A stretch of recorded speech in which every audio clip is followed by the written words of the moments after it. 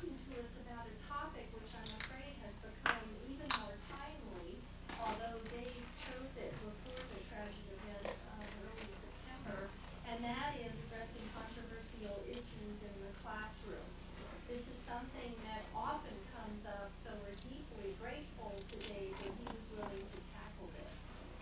Now, I have to tell you that it's a particular pleasure for me to introduce Dave, because in fact, when I was an undergraduate here at Stanford, I took one of his first classes, not his first class, when he was a new assistant professor here. And it was in part because of Dave's outstanding teaching that I later declared a political science major at Stanford. So I don't know whether he wants to claim any credit for that. We'll talk about that. But though Dave has spent his professorial career at Stanford, in fact, he's a product of Stanford's rival, Harvard. He received his BA from Harvard in the government department, magna cum laude, in 1959, and he also received his PhD from Harvard, again in government, in 1965. And his dissertation there was an award winner in the category of dissertations having to do with peace, which I think said something about Dave's future career. In between those two sojourns at Harvard, he spent time at the University of Oxford, earning a master's in philosophy, politics, and economics. Now, to go back to Dave's academic career here, he did start as an assistant professor in 1965, was made a full professor in 1981, and luckily for all of us, has made his career here, devoting himself to comparative politics, international relations, the politics of sub-Saharan Africa, and the rise and fall of European They are oversized. They are oversized. They're a wonderful slip. But they're also overseas empires. The second edition, it will be oversized. He's the author of two books, The Political Dilemma of Popular Education, An African Case, and more recently, the thoughtful, ambitious, and warmly received The Dynamics of Global Dominance, which came out from Yale University Press just last year.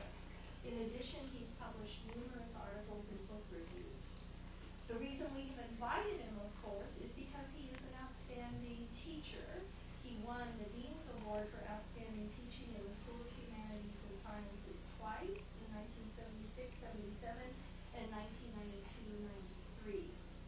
Dave is also a very generous citizen of the university, having served in the Faculty Senate for 16 years altogether, having been vice chair and chair. He was also co-chair of the International Relations Program, chair of the Committee on African Studies, and associate dean of undergraduate studies. But what has distinguished all of Dave's contributions has been his desire to grapple in a very non-doctrinaire, very non-partisan way with moral dilemmas and hard questions. Whether he is teaching, whether he is doing research, and whether it's a matter of Western colonialism, university investment, or the substance of undergraduate curriculum, Dave has a real passion for finding the just and fair answers or the better questions. And without question, Stanford is fortunate indeed in having a teacher and scholar of Dave's conscience and moral fiber. Thank you, Dave.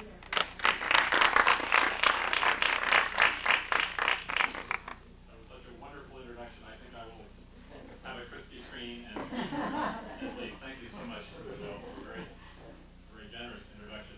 It is true that you were a student in my first course, but I have long since stopped thinking of you in that way and thought of you as a colleague in many respects. As I use the term, a controversy is an ongoing debate that involves at least two points of view, where the arena of contention usually goes beyond the facts to include questions of values, as say norms that people have that are not derivable from their includes at least the revelation of people's interests, and very often appeals to emotions, what we desire, and also the emotion of what we fear. Controversies often end up as alternative answers to should questions. That is to say, given different views of what happened in the past or what's happening in the present, and the ever-present assumption that human beings have some freedom of choice, some freedom to choose among alternatives in the future, what should they do in the future? And for what reasons? The emotional element in controversies lies not very far from the surface. When you get into them, you know what's happening when you start checking out the body language. The voice rises in indignation or anger. I cannot believe what you just said.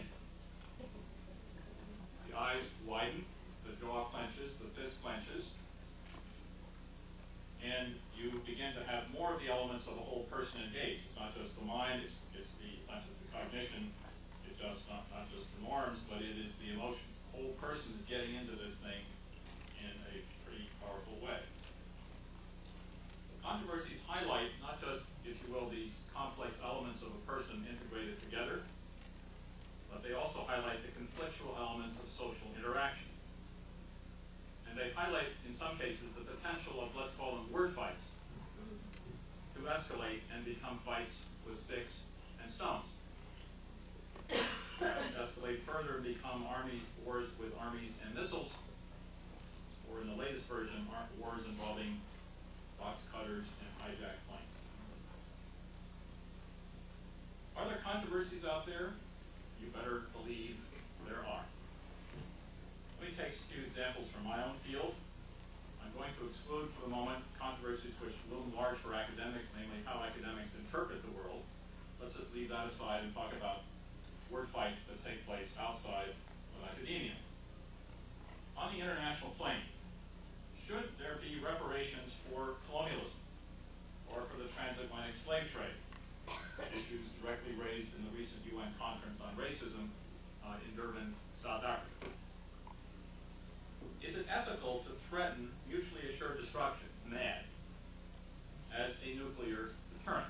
An underlying ethical question that was there throughout the Cold War when that was basically the way to keep the peace, to threaten to destroy the other side. Should food aid be stopped if indeed it prolongs an untenable situation? What do you do about situations where good intentions produce bad results? Example being food aid in the ongoing war in Sudan.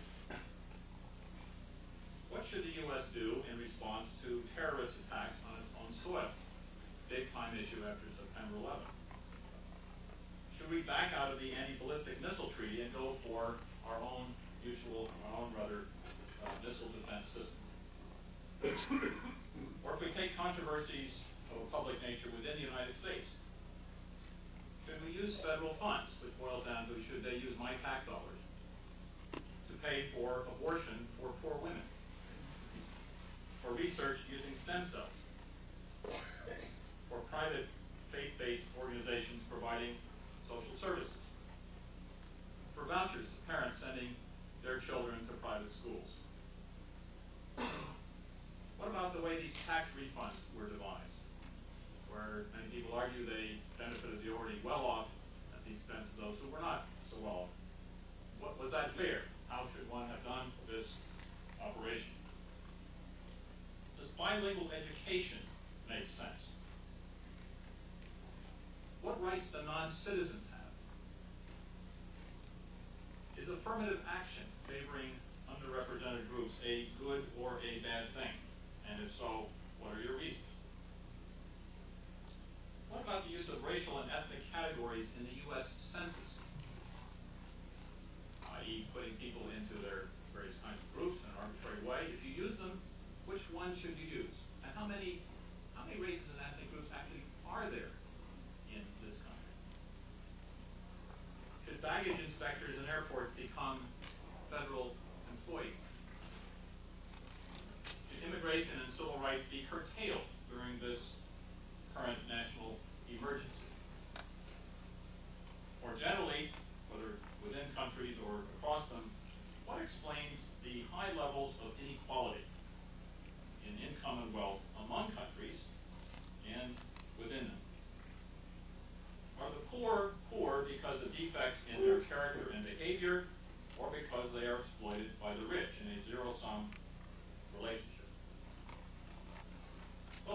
you. Come up with a figure yourself. We actually have something to talk about today. Now, there could be reasons to try to avoid tackling such controversies in the classroom. I could be feeling rather, as a teacher, feeling rather awkward about highlighting tensions among students. I might indeed fear in the back of my mind that this controversy could blow up, that my efforts to kind of control it, get a little close to emotions, all of a sudden will produce a volcano of feeling, of tension within the group, or perhaps directed against me. There's also fear that I, as the teacher, might say something without thinking about it, which will prove deeply angering and offensive to somebody else, or that some student in the class might say something that you would deeply regret. But once it's out of your mouth, it's out. This is dynamite, and generally people don't want to go too close to dynamite for fear of blowing themselves up as well as others. That phrase, can't we all get along? Can't we be nice to each other? Keeps, I think, appealing to people. And so let's be nice to each other by avoiding situations where we might not be nice to each other, what we say or think. You also have, in today's setting, the stage of political correctness. That is to say, above all, one does not want to say anything to offend other groups. In particular, if I am, as I happen to be, a white male, i.e. a member of the dominant group, it would be a total no-no to say anything that might offend anybody outside the white male category, which is a lot of other human beings. And here we have the paradox of political correctness. It encourages diversity of backgrounds defined in racial and ethnic terms. And I think in some ways it works to restrict diversity of viewpoints by shutting down or making, if you will, morally offensive any viewpoint that might offend someone else in the group. So those are the reasons to back off from addressing controversy. Countering that are reasons which I think are much more persuasive to confront confrontation. It's out there anyway. When these students leave the shelter of the academic world, they are sure going to confront the very same questions, and maybe some other ones that I've addressed. They have, if you will, kind of objective reality. They're in the nature of the way the world is and is going. And so it's better to use the classroom to get them ready for those things, thinking about how they would address them if and when they ever had to deal with them as voters or as warriors or whatever, taxpayers. The classroom is a preparation for life. Okay, if there's controversy out there in life, let's do a trial run right in the classroom. Furthermore, as I will argue, controversies are incredibly complex intellectual matters. They have all sorts of issues that one can, if you will, analyze. We need to think about our thinking about these things before we start emoting about them, or much less telling somebody else over them. And the point of the classroom is to step back and use our brains to think about what's going on here. And you sure need to think about controversy in a very, I think, careful and systematic way in order to come up with justifiable reasons for how you would approach a particular issue. Furthermore, the nature of intellectual activity is controversy. I mean, we thrive on views that are never fully accepted. There's almost nothing that isn't, that somebody hasn't said that is really not a very good idea. So since we engage in controversial stuff, that's sort of the lifeblood of the enterprise. Let's address it in its form outside of academia. Now, my bias is to deal directly, hit the stuff straight on, as calmly and coolly as I can, issues that don't normally generate common cool.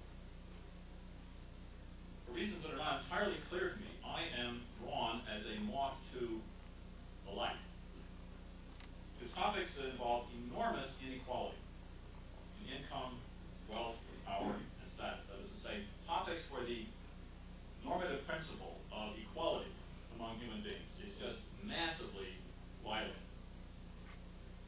Things like colonialism, slavery, apartheid, relations between rich and strong and poor and weak countries, the gaps between elites and new states and their ordinary citizens.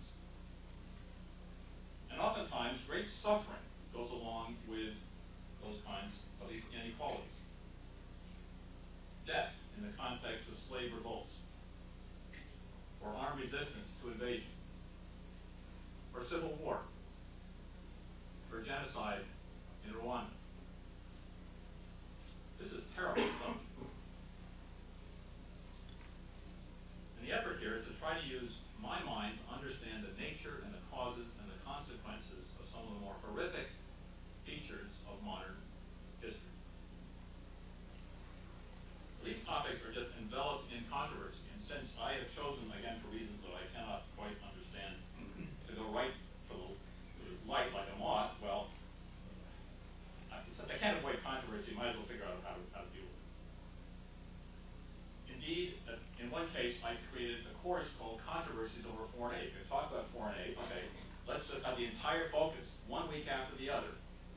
Another controversy. What about conditionality? What is the basis for rich countries offering aid to poor countries? Is there any argument for this? You take an Ayn Rand position, up with that. So every week in this seminar on controversies over foreign aid, we have another one.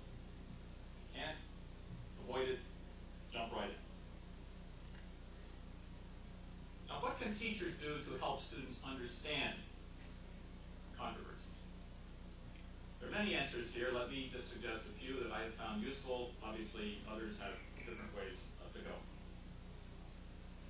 I think one responsibility teachers have is to clarify the scope of a controversy and its boundary. That is to say, what is it, but also what is it not? So that, for example, the discussion about reparations for the transatlantic slave trade, you will note, is not reparations for all forms of slavery throughout history. It's reparations for a particular form of slavery, involving transportation involuntarily of people from the African continent. There were plenty of other instances of slavery that was left off the table. So one wants to draw a boundary between of what it is that people are talking about and what it is they are not talking about. It's important, furthermore, in the case of contestation, to identify what the contestants agree upon, as well as what they disagree on. So that, for example, in our current controversy over the extent to which civil rights should be curtailed in the national security emergency, I think both sides would grant that civil rights are a good thing. In fact, they're legally mandated by the Constitution. And security is a good thing. And so we agree that these two things are good. There's a disagreement over the relative weight of these, which could come forth before the other under certain kinds of circumstances. And we can focus on the differences, but we should also note the underlying agreement. It's a matter of balance rather than of simply saying civil rights don't matter for anything or national security, forget it. Another responsibility, seems to me, of a teacher is to clarify the nature of the disagreement. What is it that people are actually arguing about? They could argue over the facts. What actually happened at a given time and place?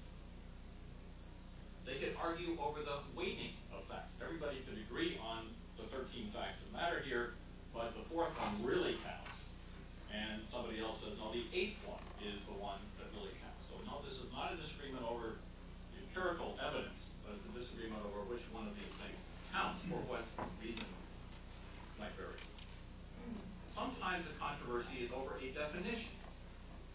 It seems to me that the whole debate about abortion hinges on the definition of when human life begins. If human life begins at the moment of conception, then if one doesn't want to take human life, that's immoral. Everything follows from that particular definition of the start of life. If one argues that the start of life in a meaningful sense takes place in the third trimester or some later point, then abortion does not necessarily pose a moral dilemma. But at some level, this is a debate over the definition of the start of human life. Sometimes, interestingly, controversies are over counterfactuals. That is to say, what do you assume the world would be like in the absence of the thing that you're looking at? I've done some work on colonialism, and the final chapter of my book on this is an attempt to get a debate between the proponents and the opponents of European colonial rule. And you will note in this debate that each side has a quite different counterfactual assumption. If you are in favor of colonialism, your counterfactual is this world would have been was a Hobbesian situation before the Europeans arrived, and it would be a Hobbesian situation if they didn't sort of put order and structure and development into the rest of the world. If you are an opponent of colonialism, your counterfactual is a world which is really quite nice without the Europeans coming along and messing it up. It's more a Rousseauian world, absent European colonialism, than a Hobbesian world. Now, one of the features of counterfactuals is you can argue till you're blue in the face and nobody can prove that the other is wrong. We each have a right a basic right to our own counterfaction. And that's indeed why these debates continue to go on. But note that each side has a quite different image of what the world would have been like in the absence of what actually occurred. By its very character, you can't prove the other person, but the nature of these counterfactuals is absolutely crucial in understanding where people are coming from. And often we just simply don't ask that question. What's the counterfactual? What's the assumption about the world which you make absent the thing you're trying to look at? An interesting question that I think teachers could and should answer. Now, another thing that teachers can do is to identify what you might call misspecified debates. Very frequently, a controversy sounds like one, but may not be one. One side could argue, I believe, and I have evidence to show, that the sky is blue. The other person says, give me a break. Don't you realize that the grass is green? Both of these positions are correct. They are basically arguing past each other.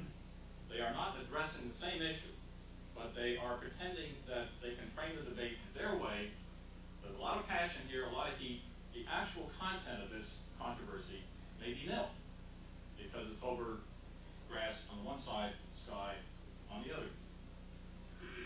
It seems to me that that's the nature of some of this debate about the tax money. The supporters of President Bush's tax rebates argue it's your money. So they're focusing on the source of this money, and if it's yours, might as well give it back to you. The opponents of the tax refund don't deal with that issue so much as distributional equity questions. Why is it that whatever it is should go so much to people who already have so much, so little to people who have so little they didn't even pay taxes?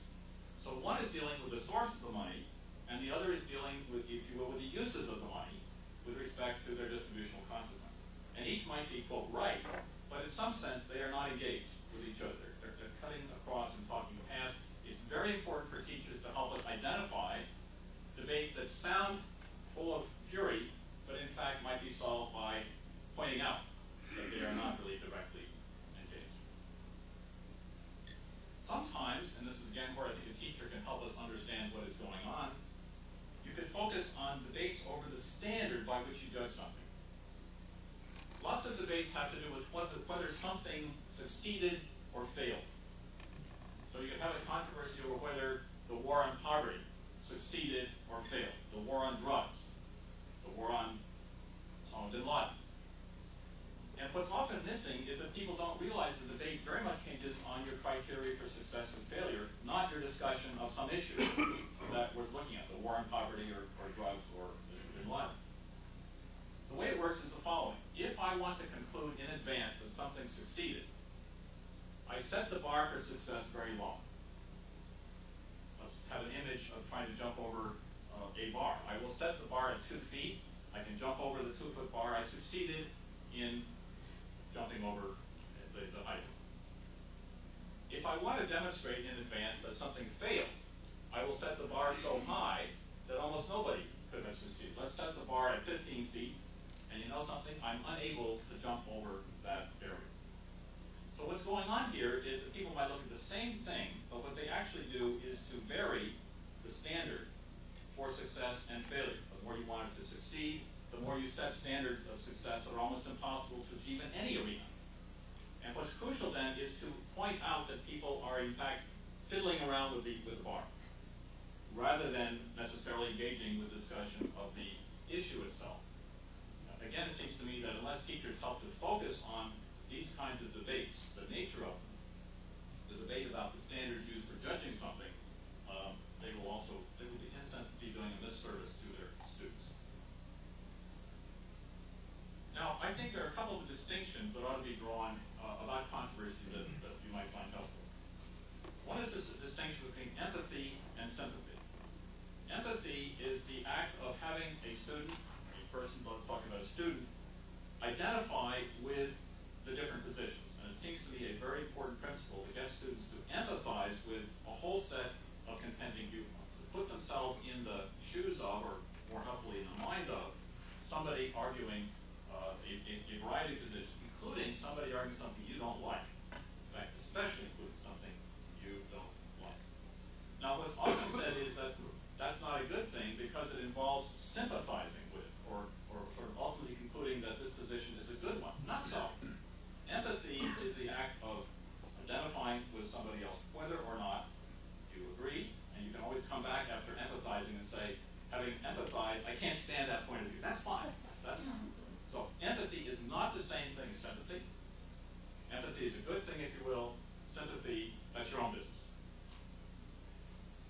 second distinction, and this is really important, I think, in the current debate, is the distinction between interpreting and explaining something and justifying it.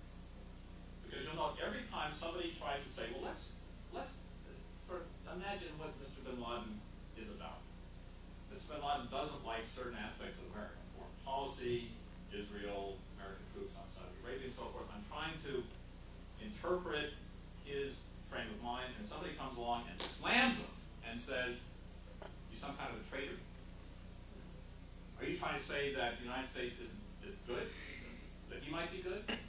All of a sudden, the effort to explain and to interpret what's going on is seen as the effort to justify what's going on the other side. In which case, better watch out, buddy, because you're saying something you shouldn't be saying. So it's very important, I think, to have interpretation and explanation. That's what this game is. And one shouldn't argue that this involves a justification of one's effort to interpret what happened.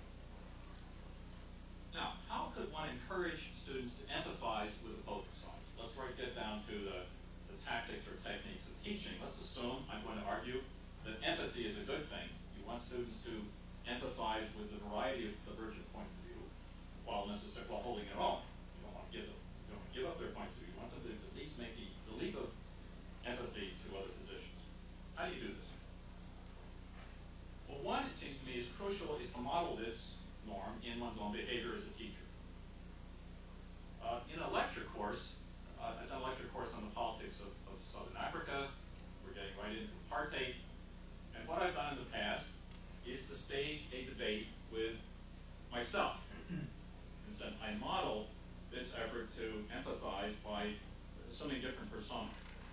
So over here, on this side, my left, but your right significantly, I will give a 5-minute talk by somebody who supports apartheid.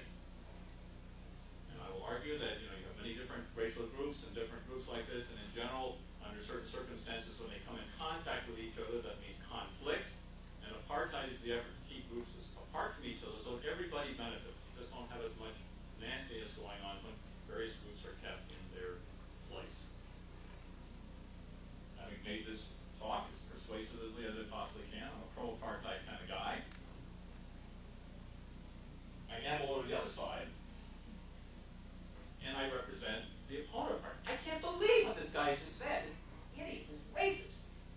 And then I'll present, why is it up to you to decide what's best for my groups? Because ultimately, this is paternalism of somebody standing there and looking at this from the top down and saying it's best for these groups without ever consulting me. So you just know this is not a good policy. Notice my voice is rising, my eyes are bigger.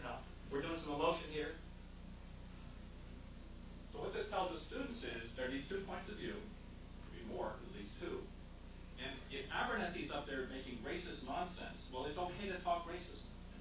I think it's just important to talk this sort of stuff, even though it's politically incorrect. If I do it, it's okay for somebody in the class to do it. Now, there are other ways in seminar situations where one can encourage empathy.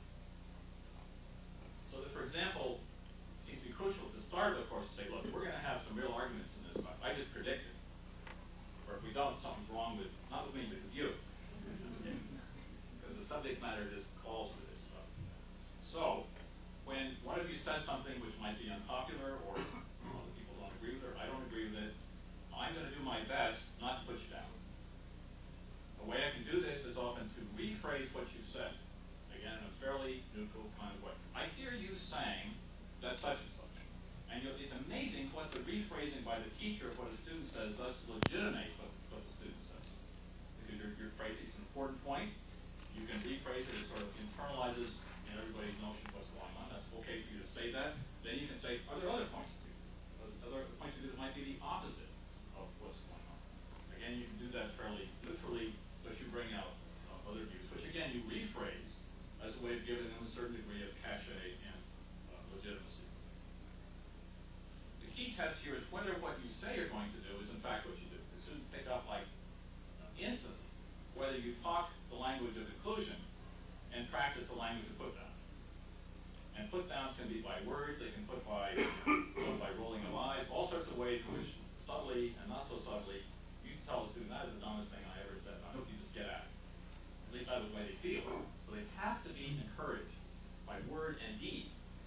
consistently to say things that might be unpopular. Another thing to do is to build your controversy into your reading assignments. In my course on colonialism and nationalism, I assigned for the same week in a discussion section an article by Gandhi arguing the efficacy of nonviolence in the colonial situation. And I counterpoise that with an article by Fanon, who argues that violence is actually a pretty darn good thing. It's cathartic, chance for the colonizer to get back to the colonizer. And then the question for the discussion section is, imagine that Gandhi and Fanon are in the same room. What would they say to each other? We're not necessarily asking the students to say what they think, but imagine yourself to be Gandhi, and then imagine yourself to be Fanon. And they're really arguing this thing out about the efficacy of violence. Or at the end of the course, we have an assignment by M.A. Césaire, his course on colonialism. Colonialism is the worst thing you ever saw. I mean, there's nothing redeeming about this situation. And then we have P.T. Bauer, an English economist, who says, look, all sorts of stuff got done that wouldn't have got done. Schools, railroads, the kind of things that the third world actually values, they wouldn't have taken place if Europeans hadn't had political control. So give me a break. The discussion section is, imagine M.A. Césaire walks in the same room with P.T. Bauer. Now, they're not allowed to punch each other in the mouth, but they are allowed to shout. And so what would go on there? Imagine yourself in that situation. What would they say to each other? And, for purposes of the course, what material from the course can they use to buttress their arguments? Not just what you read, but what you read in the context of all this other stuff in the course about whether colonialism is a good or a bad thing. So the reading assignments you set can, in a sense, pose controversies in dramatic ways, get the students to empathize with those two people, and off you go. Now, sometimes you can ask a student to empathize with the view opposing what he or she ought to say. So you could say, the student says, no way should the United States bomb Afghanistan. And you could say, okay, what would you say is the strongest argument against what you just said? So you ask them to imagine their own opponent. Articulate that view, and then defend yourself against it. So made this great point, come up with the strongest, and they're graded in a sense on their ability to think of the strongest argument against what you just said, and then, counterpoint, defend yourself against that position. Now, one way that you can often do to handle controversies is to have role-playing exercises. And what I'm going to do is pass out for everyone a role-play that I use in my course on controversies over foreign aid. I'm not going to go into too many details about the particular exercise. That's why I handed it out, so you can take a look at it later on.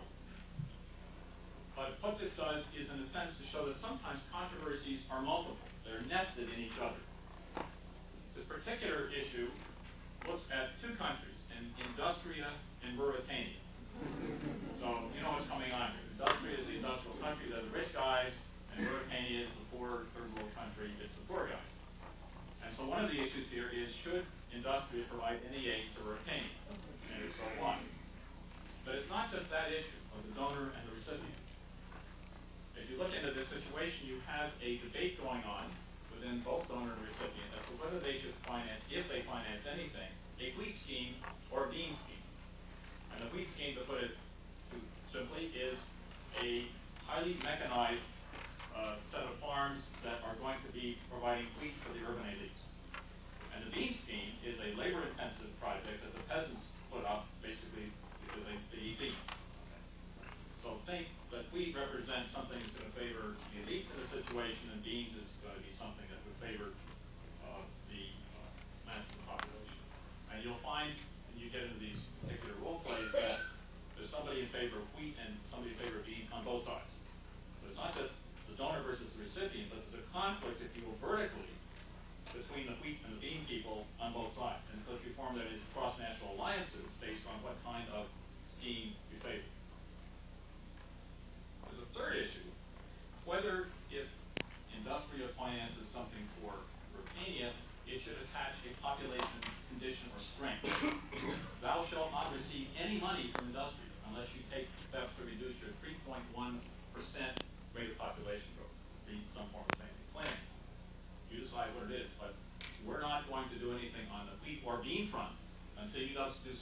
stop having babies from it. And you again get debates, because some people say that condition makes perfect sense. It does. Hurricane is growing at 3.1%. They'll eat up the entire gain of this thing. You've got to take a stand on this. And somebody else says, no way, you're violating the sovereignty of hurricanes. That's their problem. That's their issue. They know it's there.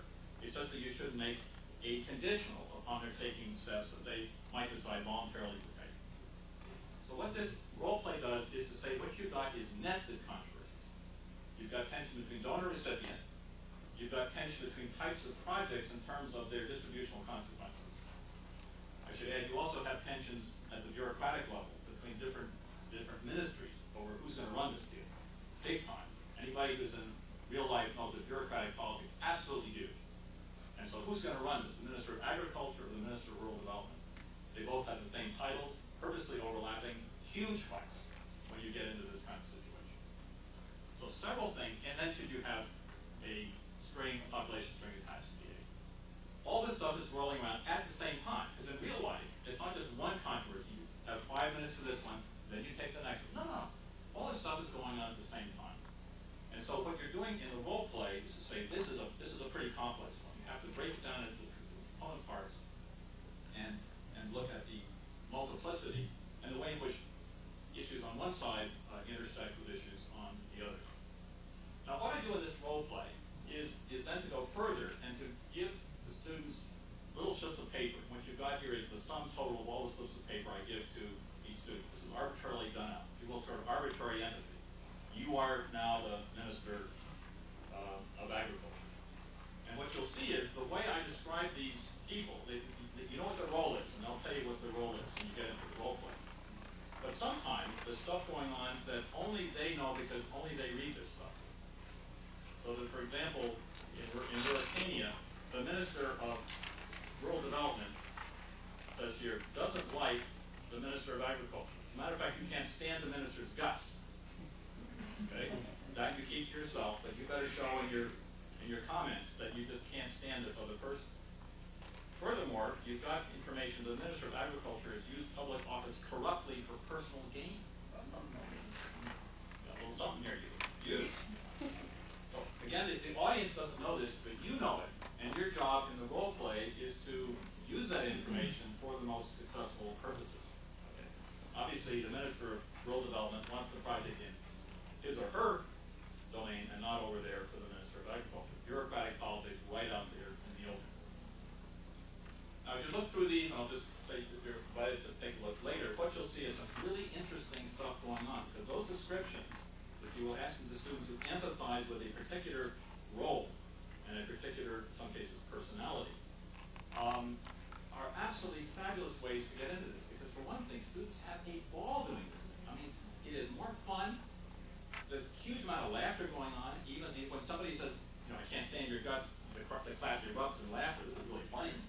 So paradoxically, the expression of hatred actually seems to be kind of amusing. But you also get all these points across without a single bit of political science jargon. Now, isn't that great? Isn't that terrific? Because all this stuff, donor-recipient tension,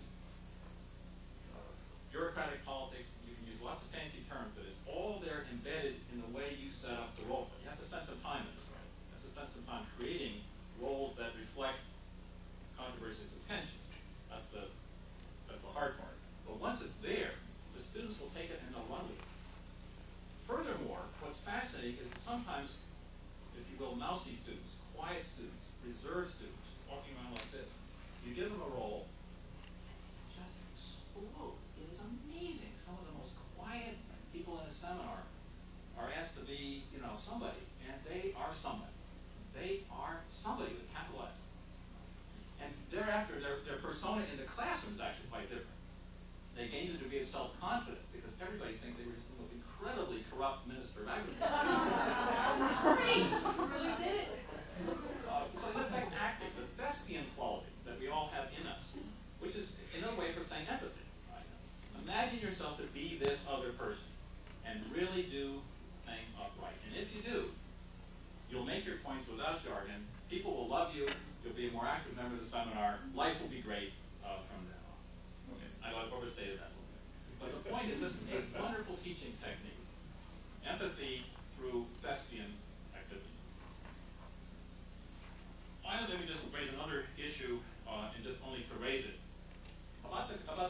teacher should play in all this? I mean, so far, it sounds like you're sort of the cop. You're sort of running the thing. You want to get the students to understand empathy. You're not necessarily getting involved in the controversy yourself.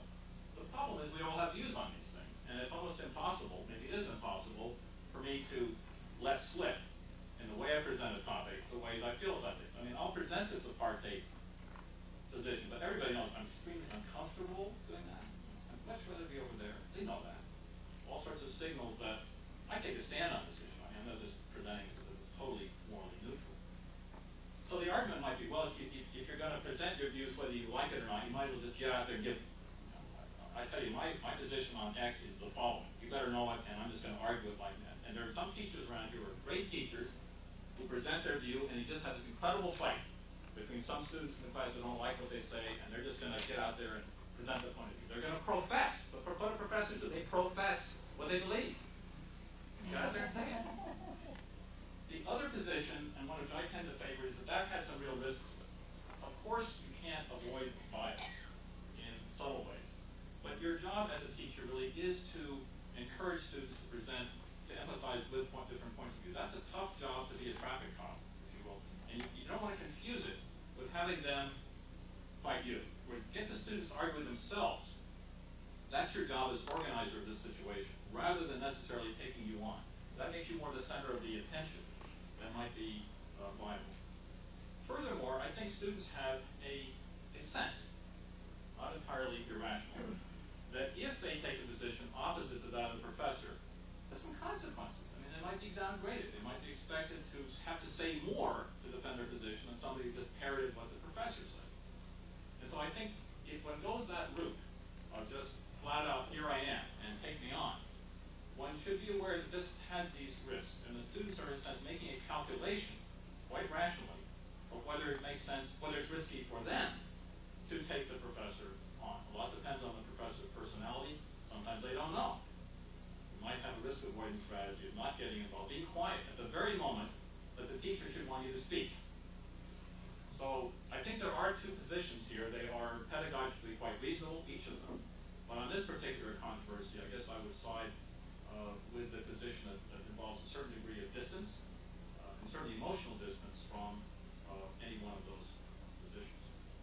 Speaking of distance, I'm too far away from you guys. Why don't you speak up, and we'll. How much time do we have, Michelle? Another 5 or 8 minutes. 5 or 8 minutes. Okay. Let's reduce the distance and get your comments in and thoughts. Yeah. So here's the question: if the professor is not a cop, do you ever take one of these fictional roles in the role play and put yourself on a common playing field, as it were, with your students? In this role play itself. Yeah. For that, I have to be the cop. I mean, this is a fairly complex thing. Let's say we have an hour and a half to do this. So I have to basically say, okay, now it's time. The industry meets and they decide what to do, okay? And Roleplaying meets and they decide what to do. And I have to say, okay, time's up, let's get together. So I think for this is a fairly complex role play. You have one simpler. If it's simpler, you can get in. I think if it's complex, you need somebody who runs the show. Now what I do in some cases, though, is in the role play, say, to somebody who's been assigned as the president of Roleplaying, after all the discussion, you decide in favor of we. That's pretty unfair, isn't it? But you have to decide something. And so the president of Roleplaying has got his mind made up, okay, on a whole series of other grounds. So he's going to pretend to listen to the controversy and then make up his mind, which is already set. People are going to be totally pissed at this. That's the way it is. But then, because you know it's wheat, then you can set up the scheme with later on where you know it's going to be a debate about the elite favoring wheat scheme. So again, I think control is essential to make this thing work. Otherwise, it just kind of disintegrates. Yeah. What about if the students can't or fail to raise some important points, like leave them out? Are you going to address them in the end? Are you going to have address these topics? In the role play? Yeah, after the debate is over. Yeah. Some important topic has been left out. What do you do about it, guys? Well, yes. The question is, in the role play, supposing some very important issue which I wanted to have raised is just left out, and students are focusing on 1 and 2 and not on 3. It seems to me as we debrief, and we're going to debrief this, of course. We have it, we get into it, we just have this great time. Then we step back, and I, as the teacher, then say, okay, so what was going on? Why did people get so angry, for example? But I could also say, is it struck me that none of you talked about this population strength issue. You all got into the wheat versus the beans, but is it ethical for industrial to insist that Britannia does something about population, otherwise it doesn't get any money at all? So it's perfectly appropriate at the end to say, I noticed something wasn't addressed. What do you guys think about that? And I think that raises the important point that you definitely need debriefing. You have to go through this experience, but then you step back and spend time saying, that was really interesting. But why was it interesting? Yes? Some of the strategies you're talking about seem like they work well when there's maybe a lecture and then a separate section where you can kind of do the controversies in a section. And I'm wondering, like, if you're running a seminar and you know you have a certain amount of material you need to cover and you want to stop and get at some controversial issues, how do you sort of move on from that? Because sometimes students just really want to keep talking about it till the end of class, and you know Right. you have a certain agenda. Yeah. I think once you get into a role play, that takes over everything. So you wouldn't want to, let's say you have an hour and a half, or let's say you have 2 hours of a seminar, you wouldn't want to start with this, because that totally dominates the whole scene. You might say the first 45 minutes, I will in effect lecture, or I will present the background so you'll be able to make sense of what you're about to do. Be quiet, let me talk. But then, at the end of 45 minutes, now we're going to do the role play. It's your time to talk, my turn to be quiet. I'm thinking of even in terms of like discussion, you know, if you present an issue and say, but what might be wrong with that position or something, and they really want to talk, and it sometimes can be difficult to rein them back in and say, okay, let's go to the next topic, even if you're not drawing them to role play. Yeah. Well, let me answer that without regard to controversy, but with regard to sort of the pedagogy of handling a seminar. It seems to me that a good way to do this is to say to the class in advance of meeting, we're going to have this section of an hour, seminar, 2 hours. What I'd like ideally to do today is to cover the following 4 topics, and you write those 4 topics up on the board. We may never get there, but my game plan in advance is to say something about each of those 4. Now, once you get started in topic 1, and it's just going great, but you also feel that ticking, the clock is ticking, this is wonderful, but we're not getting to 2, 3, 4. Then it seems to me what you do simply is to say, this is just great, we hope to continue at some later point, but let's try number 2. The fact that you've got it up on the board legitimates your decision to shift over to 2. Everybody understands why you're doing it and what you're doing it, but if you don't write that up in advance, and you don't say it in advance, then one appears often to be a not very competent teacher. You might even be seen as being afraid of controversy. Things are going so well, you're losing control of the class, you don't like this, so I got to get back on control in my control game to point to this other issue. So I would say the more explicit you are, including writing up on the board what you'd like to do, this gives you permission at a point which you decide, for whatever reason, to shift over from one thing to another. Absent that, as I say, one tends to look fairly confused, even if the reasoning is exactly the same in both cases. Yes? A couple of questions. A lot of this overlaps critical thinking skills, but somehow you couch your talk in ethics and morals, and I wondered if you define it, and is there a high ground for ethics and morals, or wherever brings it up? And also with our current events, our elected officials might not have heard you speak, so they I get. can't believe that. So how do you teach people to evaluate politicians and our president when he talks? Well, I think much of what I was saying was actually dealing more with analytics than with ethics. That is to say... Right, but nevertheless the terms came up, morals and ethics, and as soon as the words come up, as if there is such a thing. You know, what is moral or ethical that's not also legal or illegal? Okay. Well, are you raising the question of in what sense I'm using these terms? Yes, Oh, because okay. you use them. I mean, Without being very reflective on it, and without giving a philosophic disposition on it, it does seem to me that the ethical or the moral is the realm of where people, again dealing with the future, with a range of freedom to take various options, do that which is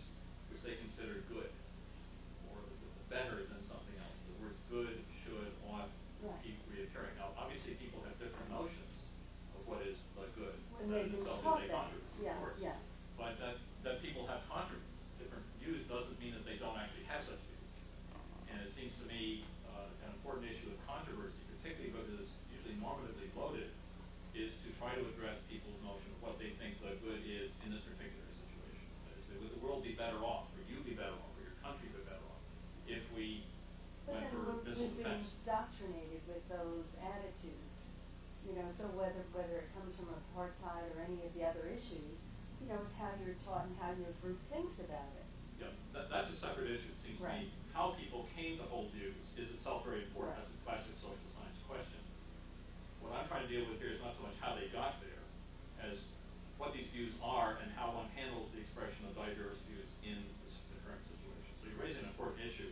It's a little different from the one that I'm trying to do in the question. Yeah. Just following up on that, I'm struck by your emphasis on legitimating different perspectives in the classroom in the discussion. And I was wondering if there's any time that you recommend sort of commenting on or providing an interpretation of various views that might be extreme in one way or another for the benefit precisely of other students in the class.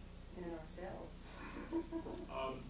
Well, it seems to me that's what one does at the end. I mean, let's say you could say, in fact, that I want to allow 4 topics, but I want to allow 10 minutes to kind of reflect on what it is we did.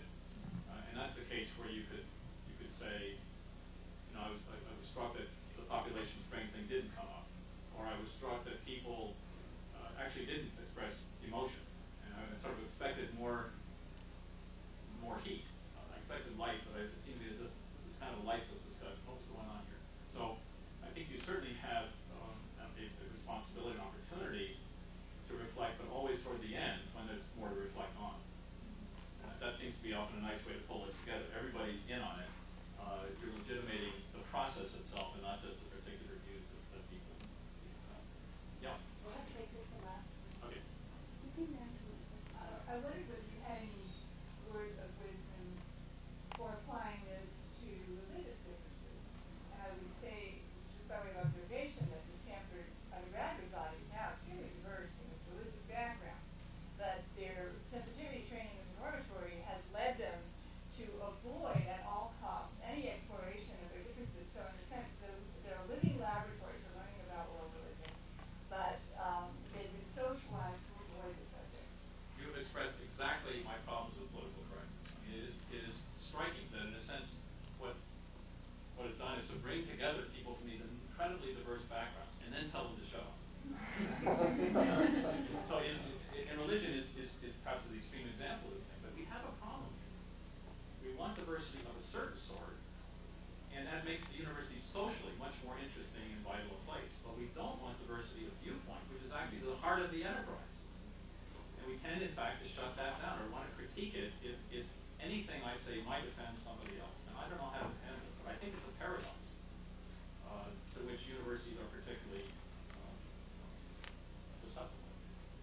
And paradox is a wonderful way of stating this, right? I mean, on one hand, on the other hand, I don't think it's a good idea for the nature of the university to have people say things which will make other people offended and feel humiliated. Of course.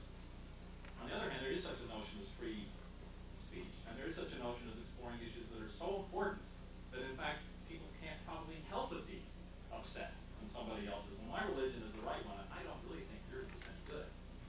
So we just have to leave it at that. Here's a controversy about dealing with 2 goods, with free speech and with sensitivity.